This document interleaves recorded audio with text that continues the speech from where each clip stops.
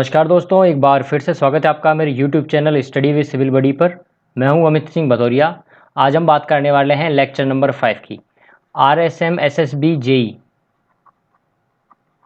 ये जो पेपर है, इस पेपर के लिए जो स्पेशल सीरीज़ है हमारी राजस्थान जीके की, इस राजस्थान जीके की सीरीज़ में हम क्या कर रहे हैं, इस सीरीज़ में हम राजस्थान जेई से जितने भी क्वेश्चन आए हुए हैं उन सभी क्वेश्चंस का डिस्कशन कर रहे हैं राजस्थान जीके का। ठीक है, तो इस सीरीज का ये है लेक्चर नंबर 5। अगर आपने इससे पहले के जो 4 लेक्चर्स नहीं देखे हैं उन्हें आप जरूर देख लेना। प्लेलिस्ट बनी हुई है राजस्थान जी के नाम से या राजस्थान जेई नाम से, किसी भी प्लेलिस्ट में जाके आप चेक कर सकते हैं। ठीक है, तो ये वाला जो लेक्चर है इसको स्टार्ट करें उससे पहले मैं एक चीज़ बता देता हूँ कि एक डाउट है। डाउट ये है स्टूडेंट का कि मैंने बोला था प्रजामंडल से रिलेटेड, मैंने लास्ट टाइम बताया था कि प्रजामंडल में मैंने बोला था हाड़ौती प्रजामंडल के बारे में। ठीक है ना, जो हाड़ौती प्रजामंडल है उसमें आपके बूंदी और कोटा दोनों थे। क्या थे? बूंदी भी था और कोटा भी था। मैंने कहा था बूंदी में बूंद बूंद से क्रांति हुई थी 31 में, तो 1931 में इसकी स्थापना हुई थी। बूंद बूंद से क्रांति मतलब कांतिलाल जैन ने की थी। कोटा के लिए मैंने बोला था कि कोटा की स्थापना जो है 1934 में हुई थी और नैनूराम शर्मा जी थे। ठीक है, उनके पंडित नैनूराम शर्मा की हेल्प से की थी। ठीक है ना, पंडित नैनूराम शर्मा ने ही की थी। किसकी हेल्प से की थी? इसमें थे अभिन्न हरि ने इसमें मदद की थी। ठीक है, अब इसमें डाउट ये है, डाउट एक चीज़ और, हाड़ौती की कब हुई थी? हाड़ौती 1934 में हुई थी। अब डाउट ये है, बुक्स में ये लिखा हुआ है कि कोटा की जो स्थापना है उस कोटा की स्थापना कई बुक्स में तो लिखा हुआ है 1938 और कई जगह मिलेगा 1939 और मैंने बता दिया 1934, तो अब 3 डेट हो गई। ठीक है, तो डाउट अब स्टूडेंट्स का आना लाजमी है कि सर ये 3 डेट किस हिसाब से याद रखनी है, क्या है इनका मतलब। तो देखो बात ऐसी है कि जब हाड़ौती प्रजामंडल का क्वेश्चन पूछा जाएगा तो 1934 आता है, क्योंकि हाड़ौती में इंक्लूडेड था कोटा, तो कई बार इसका आंसर 1934 हो जाता है जब ये ऑप्शन में नहीं होते हैं तब। सुनना बात, ठीक है। और जब 1934 ऑप्शन में नहीं है, 1939, तो 1939 आंसर हो जाता है। लेकिन जब 1938 39 दोनों होंगे उस केस में क्वेश्चन क्या है, ज़्यादातर डिलीट होता है। ठीक है, ज़्यादातर डिलीट माना जाता है। ठीक है, क्योंकि कई जगह पे 38 है, कई जगह 39 है। जो सबसे बेस्ट आंसर होगा, सबसे जो बेस्ट आंसर है वो 39 है। सबसे बेस्ट आंसर है 1939, 1939। अच्छा, ईयर बोलने में मैं थोड़ी गड़बड़ कर देता हूँ, कई बार 2-3 बार कर भी दिए मैंने। क्या होता है कि मैं कंफ्यूज रहता हूँ हिंदी इंग्लिश में ना, 39 बोलना 39 बोलना इसमें थोड़ा सा रहता है, तो इसलिए गलत बोल देता हूँ कई बार। तो इसको देख लेना ध्यान से कि जो लिखता हूँ वो सही लिख रहा हूँ मैं ना। तो 1939 वाला जो है काफ़ी करेक्ट है, काफ़ी बुक्स में 39 वाला ज़्यादा बेटर दिया हुआ है। ठीक है, 38 वाला कुछ ही बुक्स में दिया हुआ है, तो ये कन्फ्यूजन है। और राजस्थान जीके में आपको बहुत से पॉइंट मिलेंगे, एक दो नहीं बहुत सारे पॉइंट मिलेंगे जहाँ पे कन्फ्यूजन रहेगा। पूरी राजस्थान जीके पढ़ लोगे तब भी रहेगा, क्योंकि बुक्स में ही अलग अलग जगह अलग अलग बुक्स में लिखा हुआ है। ठीक है, तो अब बुक में ही अगर 2-3 जगह पे अलग अलग लिखा हुआ है, अलग बुक में अलग अलग है, तो फिर अब कैसे करेक्ट हमको पता चलेगा करेक्ट कौन है? कोई बताने वाला नहीं है। लास्ट में होता है कि जब ये कोई ऐसे क्वेश्चन एग्जाम में आते हैं तो लास्ट में डिलीट होते हैं, वो डिलीट कर देते हैं फिर एग्जामिनर। ठीक है, तो चलिए जो क्वेश्चन नंबर 41 है ये करते हैं। तो आई होप ये कोटा वाला समझ में आया होगा। कोटा वाला जो 39 वाला जो है वो ज़्यादा करेक्ट है, लेकिन जब ऑप्शन नहीं होता है तो 1934 वाला करेक्ट हो जाता है। ठीक है, और 1934 का जो करेक्ट आंसर होने का लॉजिक है वो लॉजिक ये है, क्योंकि हाड़ौती की जो स्थापना हुई थी, हाड़ौती में ये कोटा इंक्लूडेड था, बट बाद में पुनः स्थापना हुई थी दोबारा 39 में, तो उसमें क्या कोटा को अलग ही कर दिया था, बिल्कुल अलग कर दिया था। ठीक ना, तो सेपरेट कोटा का पूछे तब तो 39 आंसर है, और कोटा का अगर इंक्लूडेड पूछे तब 34 ही रहेगा। चलिए क्वेश्चन नंबर 41, सांबी नदी के तट पर प्राचीन राजस्थान की सभ्यता का कौन सा स्थल बसा हुआ है? तो देखो सांबी नदी जो है, इस सांबी नदी के किनारे पर क्या है? जोधपुरा है। क्या है? जोधपुरा। और ऑप्शन में दे रखा है जोधपुर, तो ये जोधपुर जो है ये हो जाएगा गलत। तो इसलिए ये क्वेश्चन क्या हुआ था? ये क्वेश्चन हुआ था डिलीट, क्योंकि ऑप्शन में जोधपुर था, जबकि होता क्या है कि सांबी नदी के किनारे पर क्या है? जोधपुरा है। और सबसे बड़ी चीज़ ये है कि अगर ये जोधपुर होता, जोधपुर चलो मान लेते, लिखने में थोड़ी बहुत मिस्टेक हो जाएगी, लेकिन जोधपुर एक्चुअल में एक ऑलरेडी जिला है, एक ऑलरेडी जगह जो कि काफ़ी दूर है जोधपुरा से, क्योंकि जोधपुरा जो है ये पड़ता है जयपुर में। जोधपुरा कहाँ पड़ता है? जयपुर में पड़ता है जोधपुरा। और ये जिस नदी के किनारे है, यानी कि सांबी नदी के किनारे, इससे रिलेटेड एक पॉइंट ये भी है कि सांबी नदी क्या है? अलवर जिले की सबसे बड़ी नदी है। तो इसका जो करेक्ट आंसर है वो जोधपुरा है, जो कि क्वेश्चन ये डिलीट हो चुका है, ऑप्शन नहीं थे। तो आपको 2-3 पॉइंट याद रखने हैं। एक पॉइंट याद रखना है कि सांबी नदी के किनारे कौन सी सभ्यता है? जोधपुरा सभ्यता है। ठीक है, और जोधपुरा सभ्यता कहाँ है? जयपुर में पड़ती है जोधपुरा। और सांबी नदी जो है ये अलवर जिले की सबसे बड़ी नदी है। ठीक है, तो ये पॉइंट आपको याद रखना है। चलिए नेक्स्ट क्वेश्चन आपकी स्क्रीन पर, किस इतिहासकार ने चौहानों का ब्राह्मण वंश से उत्पन्न होना माना है? ऐसे कौन से इतिहासकार थे जो ये मानते थे कि चौहानों का जो वंश है उसकी उत्पत्ति किससे हुई है? ब्राह्मणों से हुई है। तो इसका अलग अलग बहुत सारे ऐसे विद्वान थे जिन्होंने अपने अपने विचार विमर्श दिए थे, अपने अपने विचार रखे थे कि उनके हिसाब से कोई तो बोल रहा था कि हुण की संतान है जितने भी राजपूत हैं वो, कई बोल रहे थे विदेशियों की संतान है, कई लोगों ने ये कहा था कि अग्नि से पैदा हुए हैं, ठीक है ना। तो इसमें अलग अलग थे, तो इनमें कुछ इंपॉर्टेंट बात है वो याद रखना। देखो इसका करेक्ट आंसर जो हो जाएगा वो भंडारकर हो जाएगा, करेक्ट आंसर तो है भंडारकर। अब सुनना, डॉक्टर जो सीवी वैद्य थे, सीवी वैद्य का ये मानना था कि राजपूतों की जो उत्पत्ति है वो विशुद्ध भारतीयों की से हुई है। किससे हुई है? विशुद्ध भारतीयों से। लेकिन जो चंद्रवरदाई थे, चंद्रवरदाई कौन? पृथ्वीराज चौहान जो थे उनके दोस्त थे ये, ठीक है, उनके मित्र थे। तो चंद्रवरदाई ने अपनी बुक लिखी थी पृथ्वीराज आसो। उस बुक के अनुसार उन्होंने ये लिखा था कि राजपूतों की जो उत्पत्ति है वो एक यज्ञ से हुई है।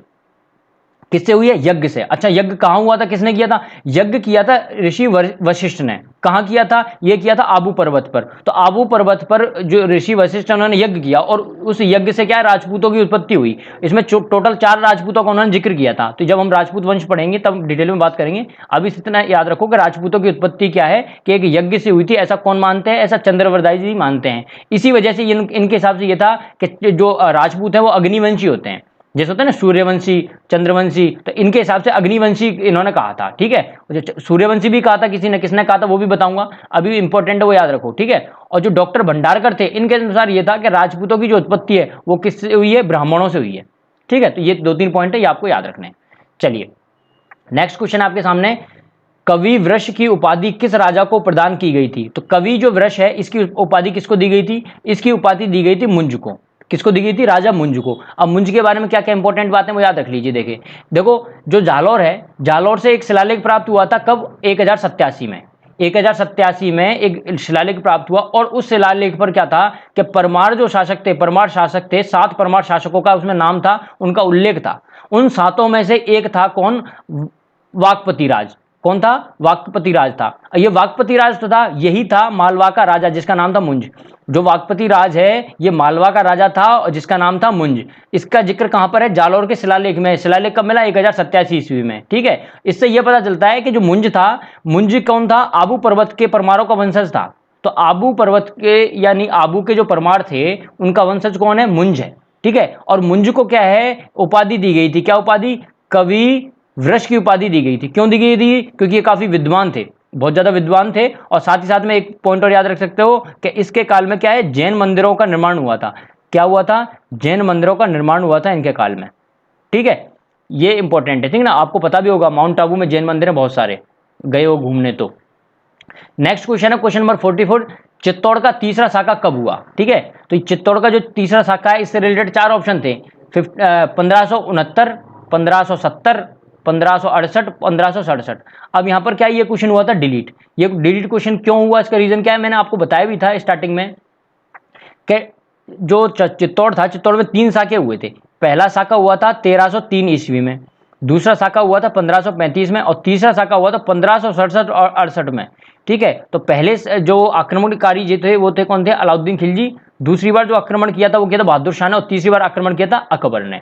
तो यहां पर क्या है? 1567 और 68 इसके बीच में हुआ था ये पूरा। तो इसके यानी कि ये जो स्थिति है ये स्थिति क्लियर नहीं है कहीं पर भी कि 1567 में हुआ था या 68 में हुआ था। इसलिए इस क्वेश्चन को क्या किया था? इसको डिलीट कर दिया था, ठीक है। और जो शाखा होता है, शाखा बेसिकली क्या होता है? इसमें क्या है? जौहर होता है और केसरिया होता है, ठीक है ना। जौहर और केसरिया दोनों होते हैं तब वो क्या कहलाता है? वो कहलाता है आपका शाखा। इसके बारे में और डिटेल में बात करेंगे जब हम इतिहास पढ़ेंगे, ठीक है। जब चित्तौड़गढ़ के बारे में पढ़ेंगे तब इसके बारे में डिटेल में बात करेंगे, ठीक है। जौहर और केसरिया जो होता है उसको कहा जाता है शाखा। चलिए नेक्स्ट क्वेश्चन है, घूंघट, गूगल, बावरा, इमली, ये क्या है? क्या है ये जो नाम लिखे गए ये क्या है? पहला ऑप्शन तारागढ़ अजमेर की प्राचीर की विशाल बुर्जों के नाम है। मारवाड़ की लोक परंपरा में जातियों के गोत्रों के नाम है। मेवाड़ आलिया में स्त्रियों के पहनावों का नाम है। राजस्थानी खान पान की विधियों का नाम है। तो देखो इसका जो करेक्ट आंसर है वो है तारागढ़। जो है तारागढ़ अजमेर में है, ठीक है ना। तारागढ़ क्या है? अजमेर का एक दुर्ग है, उसकी प्राचीर है, उसकी प्राचीर की विशाल बुर्जें हैं, उन बुर्जों का नाम है ये।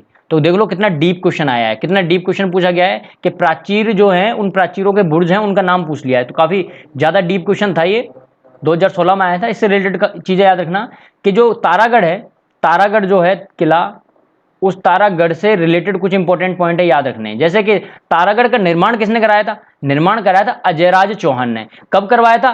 1113 में। कब करवाया था? 1113 ईस्वी में करवाया था अजय राज चौहान ने। तो अजय राज चौहान ने इसका निर्माण करवाया, इसलिए इसका नाम क्या? अजयमेरु दुर्ग भी कहते हैं इसे। क्या कहते हैं? अजयमेरु दुर्ग। राजस्थान का हृदय भी इसी को कहा जाता है, और गढ़ बिठली भी इसी को कहा जाता है। ये गढ़ बिठली क्या है? एग्जाम में आ चुका है। गढ़ बिठली क्या है? राजस्थान के जो पेपर्स होते हैं उनमें 2 बार पूछा जा चुका है। राजस्थान का जिब्राल्टर किसे कहते हैं? ये भी एग्जाम में पूछा जा चुका है। तो राजस्थान का जिब्राल्टर तारागढ़ किले को कहते हैं। तारागढ़ कौन सा वाला? तारागढ़ अजमेर वाला। ठीक है, ये किसने कहा था? ये कहा था बिशप हैबर ने। ये भी पूछा हुआ है कि राजस्थान का जिब्राल्टर किसने कहा है? बिशप हैबर ने कहा है। राजस्थान का जिब्राल्टर किसे कहते हैं? तारागढ़ अजमेर को कहते हैं। ठीक है, यहां पर एक घोड़े की मजार है। शाहजहां के जो पुत्र दारा शिकोह, उनका जन्म भी यहीं पर हुआ था। एग्जाम में पूछ लेते हैं कि घोड़े की मजार कहां पर है। तो ये जो स्टार बना के लिख रहा हूं ना मैं, 2-3 चीजें, ये एग्जाम में पूछी गई, आपको याद रहनी चाहिए।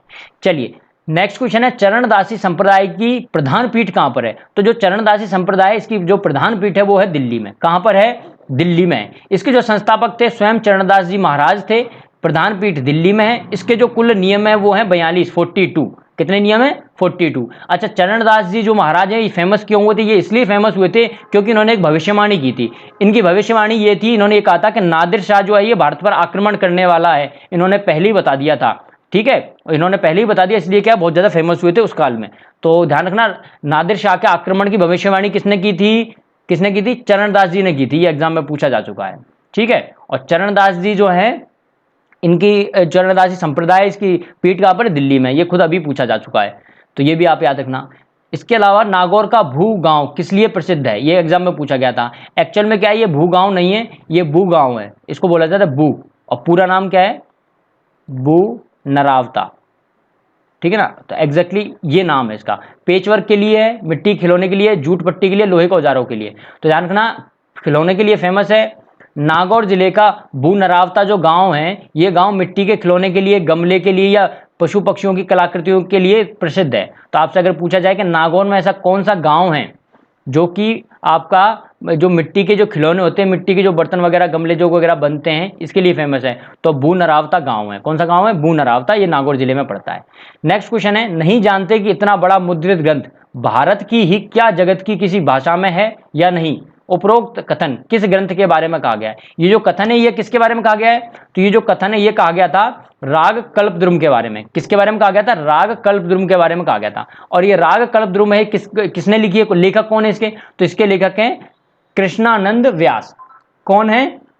कृष्णानंद व्यास जी जो हैं इसके लेखक हैं। इसके बारे में एक थोड़ी सी एक चीज और है कि ये इसमें है क्या ऐसा, तो इसमें क्या संगीत से रिलेटेड इसमें बहुत सारी चीजें लिखी हुई हैं। जितने भी संगीतज्ञ हैं उनका जिक्र है, तो संगीत से रिलेटेड ये ग्रंथ था। नेक्स्ट क्वेश्चन है, पोत हाकर सरी आभूषण कहां पहना जाता है? ये जो आभूषण है ये कहां पहने जाते हैं? ऑप्शन है कान में, नाक में, गले में, पैरों में। कहां पहने जाते हैं?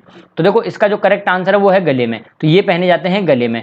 जो आभूषण वाला चैप्टर है ये इतना ज्यादा टिपिकल और कंफ्यूजिंग है, याद रखना इसको कि बहुत ज्यादा, क्योंकि इसमें जो आभूषण है ये नंबर ऑफ जो अपने पास आइटम्स हैं जो याद रखने हैं वो बहुत ज्यादा हैं। ठीक है ना, 100+ आभूषण हो जाते हैं याद करने के लिए, और नाम भी ऐसे हैं जो आप मतलब वो अगर मैं आपको बता दूं तो आप लिख नहीं पाओ, और लिख दोगे तो बोल नहीं पाओगे। तो अजीब अजीब से नाम है, तो बहुत काफी टिपिकल चैप्टर है ये। कोशिश करना अगर हो जाए तो इंपॉर्टेंट जो चीजें हैं उनको तो एटलीस्ट याद करना, मैं बता भी दूंगा क्या क्या इंपॉर्टेंट है। नेक्स्ट क्वेश्चन है, कुचामणी ख्याल संबंधित कौन सा कथन सही नहीं है? कुचामणी ख्याल से संबंधित कौन सा जो कथन है वो सही नहीं, कौन सा गलत है इनमें से? कुचामणी ख्याल के प्रवर्तक कौन थे? लच्छी राम जी इसके प्रवर्तक थे, तो ये तो एकदम सही बात है। इसमें पुरुष पात्र का ही स्त्री चरित्र का अभिनय करते हैं, मतलब इसमें यह है इसमें पुरुष ही जो है वो स्त्री का जो चरित्र है उसका अभिनय पुरुष ही करते हैं, तो ये भी सही है। इसमें पुरुष पात्र ही स्त्री का चरित्र का अभिनय करते हैं, तो एकदम करेक्ट है। महिलाएं जो है इसमें पार्ट नहीं लेती, पुरुष ही क्या करते हैं, महिलाओं का जो रोल है, गेटअप है, वो खुद ही रूप धारण करते हैं, उनका गेटअप लेते हैं। नेक्स्ट है, इसके कलाकार चेतराम, हामिद बेग, ताराचंद प्रमुख है, तो ये तो है इसका गलत। और नीचे लिखा हुआ है इसमें नर्तक ही गाने गाते हैं, तो जो डांस करते हैं वही गाने गाते रहते हैं, इसमें बिल्कुल सही बात है। तो इसका जो सी ऑप्शन है वो गलत है। ठीक है, सी ऑप्शन इसका गलत है। इससे रिलेटेड एक चीज याद रखना कि ये जो पूरा जो ख्याल है, कुचामणी ख्याल है, ये कहाँ की है? नागौर जिले में पड़ता है कुचामण, तो वहाँ की ख्याल है, तो नागौर जिले से संबंधित है। और ये इसका स्वरूप कैसा है? इसका स्वरूप है ओपेरा के जैसा। ओपेरा संगीत होता है ना, अगर जो अंग्रेजी गाने वगैरह सुनते हैं उनको आइडिया होगा, ओपेरा के जैसा है। नहीं पता है तो सर्च कर लेना ओपेरा क्या होता है। ठीक है, अब मिलने वाले हम लेक्चर नंबर 6 में, ठीक है। नेक्स्ट क्लास होगी हमारी, उसमें नेक्स्ट क्लास में हम लेक्चर नंबर 6 में मिलने वाले हैं। लेक्चर नंबर 6 में आगे बढ़ेंगे हम। और अब मेरी कोशिश ये रहेगी कि मैं जल्दी जल्दी आपको वीडियो प्रोवाइड करूं, और आपकी तरफ से ये कोशिश रहनी चाहिए आप ज़्यादा से ज़्यादा अपना टाइम पढ़ाई में व्यतीत करें। और जैसे ही आप ये वीडियो देखते हैं कंप्लीट वीडियो, उसके बाद में अपने ग्रुप्स वगैरह में अपने दोस्तों को वीडियो जरूर शेयर करें, ठीक है। साथ ही साथ में अगर आपकी तरफ से कोई सुझाव है तो आप सुझाव भी कमेंट करके बता सकते हैं। वीडियो अच्छा लगता है तो अप्रिशिएट कीजिए, अगर वीडियो में कोई कमी है तो मुझे कमेंट करके बताइए। आपकी तरफ से अगर फीडबैक आएगा तो फिर मैं उस चीज़ को इंप्रूवमेंट कर पाऊंगा जो भी कमी होगी, ठीक है। और ईमानदारी से अगर आपको अच्छा लगता है तो आप लाइक भी कर सकते हैं, बुरा लगता है डिसलाइक कर सकते हैं, कोई दिक्कत नहीं है, ठीक है। तो बहुत बहुत धन्यवाद, आप मेरे साथ जुड़े हुए हैं। मैं ऐसे ही आपके लिए टाइम टू टाइम जितनी भी स्टडी मटेरियल उसको प्रोवाइड करूंगा और कोशिश करूंगा जल्दी जल्दी आपका कोर्स कंप्लीट हो। तो बहुत बहुत धन्यवाद, थैंक यू।